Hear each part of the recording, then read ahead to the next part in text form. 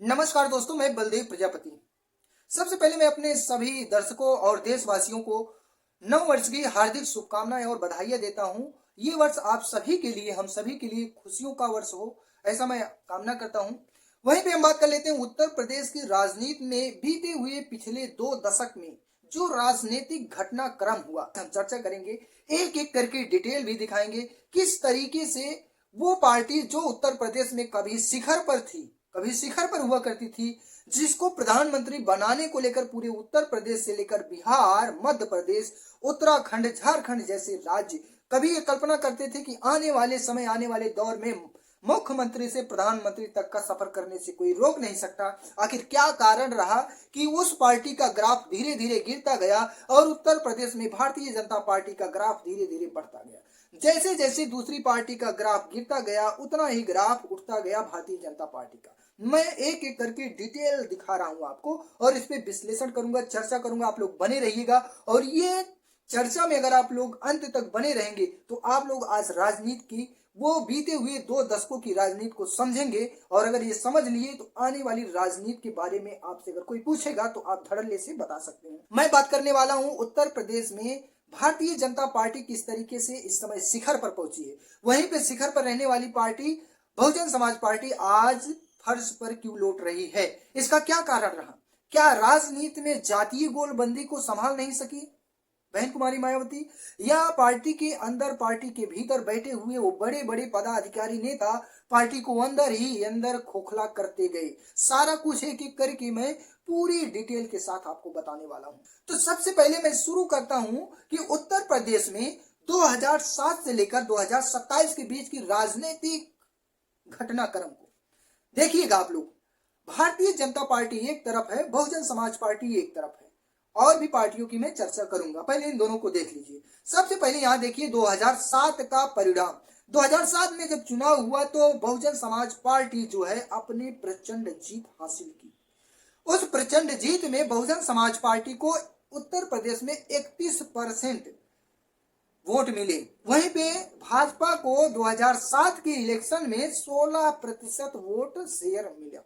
और वो अगला देखिए, जब बहुजन समाज पार्टी अकेली चुनाव लड़ी तो प्रचंड बहुमत से चुनाव जीत कर आई। लगभग 206 सीटें जीत कर आई उत्तर प्रदेश में, और 202 सीटें चाहिए पूर्ण बहुमत में आने के लिए। तो 6 सीटें जीती उत्तर प्रदेश में और 206 विधायक बने बसपा के। अब जब 2012 का चुनाव होता है तो भारतीय जनता पार्टी को 15% का शेयर बनता है, यानी कि 15% वोट मिलता है, यानी कि थोड़ा सा कम, मानिए कि थोड़ा सा कम है 2007 की अपेक्षा। और वहीं पे बहुजन समाज पार्टी को 2012 में 26% वोट मिले और बहुजन समाज पार्टी ने 2012 में अपने 80 विधायक बनाया उत्तर प्रदेश में, अपने 80 विधायक बनाया।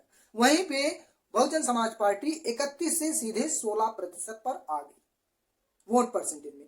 जब 2017 का चुनाव होता है तो भाजपा को, भारतीय जनता पार्टी को 2017 में 39% वोट मिलता है और भारतीय जनता पार्टी लगभग 320 सीटें जीतती है उत्तर प्रदेश में, प्रचंड बहुमत।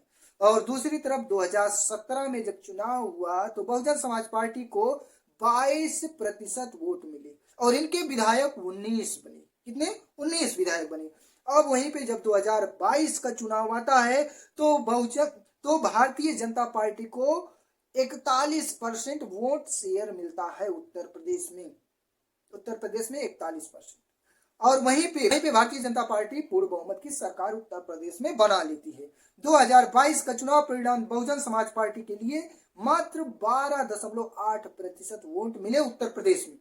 तो ये तो रहा ग्राफ। जिस तरीके से भाजपा का ग्राफ धीरे धीरे बढ़ता गया और बहन जी का ग्राफ धीरे धीरे गिरता गया। और 2022 के चुनाव में बसपा के मात्र एक लौते विधायक उमा शंकर सिंह हैं। उत्तर प्रदेश की 403 विधानसभा सीटों में से मात्र एक विधायक चुना गया। देखिए किस तरीके से बसपा को खत्म किया गया। अब वहीं पे थोड़ी सी बात हम कर लेते हैं कि वो कौन कौन से नेता थे जो बसपा को छोड़ दिए तो बसपा पूरी तरीके से खोखली हो गई। सबसे पहले मैं बात करता हूं 2007 में, जब बसपा प्रचंड बहुमत से, पूर्ण बहुमत से 206 सीटों से चुनाव जीत कर आती है, पूर्ण बहुमत की सरकार अकेली बनाती है, तो चर्चा होने लगती है कि मायावती एक दिन देश की प्रधानमंत्री बन सकती हैं और बनेंगी, उनको कोई रोक नहीं पाएगा, जिस तरीके से कारवां चला था। लेकिन हुआ क्या, बहुजन समाज पार्टी 2007 में ब्राह्मणों को इतना सम्मान दिया कि इन लोगों ने पार्टी को पैसे के नाम पर इतना खोखला किया कि बहुजन समाज पार्टी को, जो सबसे मजबूत किला था बहुजन समाज पार्टी का, जिसमें दलितों में जाटों, पासी और अन्य दलित एकजुट थे, उनको बिखराव किया गया। उनका भी मैं एक लिस्ट दिखा रहा हूं, एक नाम सिलसिलेवार से बताऊंगा। वहीं पे अति पिछड़े और पिछड़े समाज के ऐसे कट्टावर, मजबूत, पुराने मजे हुए नेता जो थे, वो बहुजन समाज पार्टी को एक एक करके छोड़ते गए। इसका मेन कारण कि बहुजन समाज पार्टी में ब्राह्मणों का बोलबाला इतना ज्यादा था कि जो जिला अध्यक्ष हुआ करते थे, जिला प्रभारी हुआ करते थे, प्रदेश प्रभारी हुआ करते थे, वो लोग बहुजन समाज की पार्टी के जो टिकट था उसको पैसों से तौलना शुरू किए और अपनी झोली भरपूर भरे। अब उसमें कौन कौन सा नाम आता है, जो बसपा का मजबूत किला था जातीय आंकड़ों में, वो किस तरीके से बहन कुमारी मायावती ने एक एक करके उनको हटाती गई और पूरी पार्टी खोखली हो गई। जिस तरीके से अभी एक घटनाक्रम मैं बता दे रहा हूं, समाजवादी पार्टी को खत्म करने वाले कई ऐसे ब्राह्मण विधायक, जिन्होंने 2023 का जो चुनाव हुआ उसमें उन्होंने क्या किया कि विधान परिषद के चुनाव में समाजवादी पार्टी को छोड़कर भारतीय जनता पार्टी को वोट किए, और 7 ऐसे विधायक थे जो ब्राह्मण समाज और ठाकुर समाज से आते थे। विधायक समाजवादी पार्टी के मलाई खा रहे हैं भाजपा की।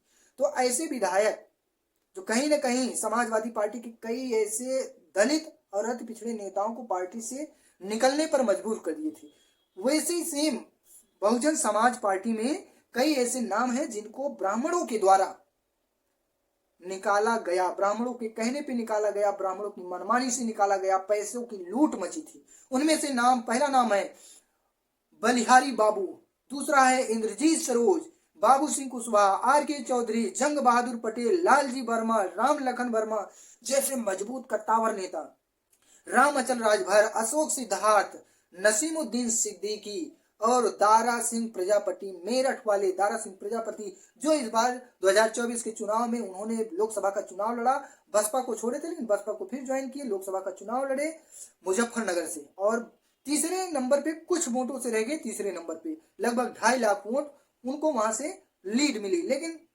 कहा क्या जाता है कि जिस तरीके से दारा सिंह चौहान, लालजी वर्मा, राम लखन वर्मा, रामअचल राजभर, सिद्धार्थ, इंद्रजीत सरोज, ये बड़े मजबूत नेता थे, बसपा का एक मजबूत किला था, इसको धीरे धीरे करके ढा दिया गया। किनके इशारे पे हुआ बहन जी समझ नहीं पाई, क्या कारण रहा। अब उसी को संवारने के लिए उत्तर प्रदेश में लगातार बसपा में ज्वाइन हो रहे हैं, पुराने नेता वापस आ रहे हैं, बसपा एक बार फिर से मजबूती की राह पर चल पड़ी है 2027 के चुनाव को लड़ने के लिए। लेकिन देखना यह होगा क्या बसपा 2017 का परिणाम रिपीट करेगी, 2027 में फिर से बहुमत में आएगी, ये तो देखने वाली बात होगी। लेकिन आप लोग कमेंट करके बताइए कि बसपा को खत्म करने वाले कौन कौन से लोग थे। वीडियो में बस इतना ही। चैनल को सपोर्ट करने के लिए चैनल को जरूर सब्सक्राइब कीजिएगा। धन्यवाद।